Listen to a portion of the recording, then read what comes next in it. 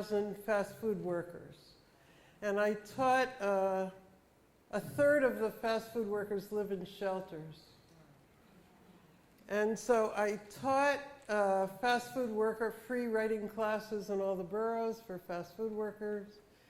And I decided that I should go into a shelter because maybe it would be also good, not just on the job sites, but also where they live, to be able to do a class. So 2 weeks ago, I taught my first class in a shelter called Project Renewal on 42nd Street between 8th and 9th Avenue.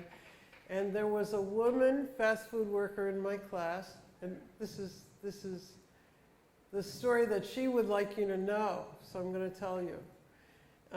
There was a woman fast food worker in my class. She was 28 years old, and that day she had won a full scholarship to Borough of Manhattan Community College for 4 years. She won the GED competition in the city of New York, and she was thrilled.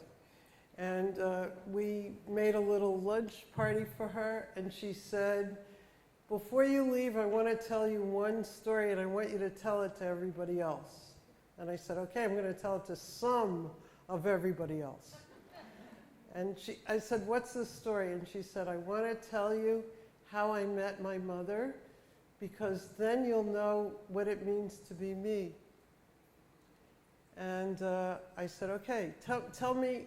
I'm the kind of person who likes stories to be very long, but I'm going to tell you the short version. So the short version was that she was living in this shelter, and people liked her there. She worked hard, and she had a job, and she wanted to go to college. And one day the guard, who was her friend, said, her name, by the way, was Charisse Claudine Dunn. D-O-N-E, not D-U-N-N. Yeah. So the guard said to her, "Have you been urinating in the garbage cans? Because if you have a problem, we would like to help you."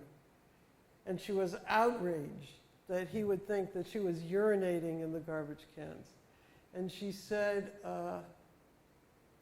"Why would you think that? You know I'm working hard, I'm going to school. Why would you think I'm urinating in the garbage cans?" And he said, "You know, a couple of people saw you urinating in the garbage cans." And she said, "It wasn't me." And later in the day, she was on the elevator going to her floor on the 5th floor, and she was complaining to a friend of hers in the elevator about how the guard said she was urinating in the garbage cans. And another woman on the elevator said, "That was me. I was the one." And she said to that woman, "Who are you?" And she said, "What do you mean, who am I?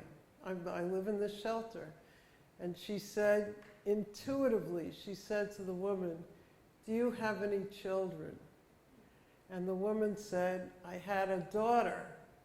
And she said, "When was the daughter born?"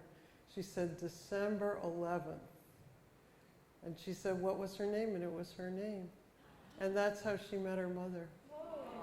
And that's why we have to get all these stories from everywhere and tell them to each other and use the stories as a way to change, to raise the minimum wage, to change the lives of people, and to make all that's unseen and unheard seen and heard.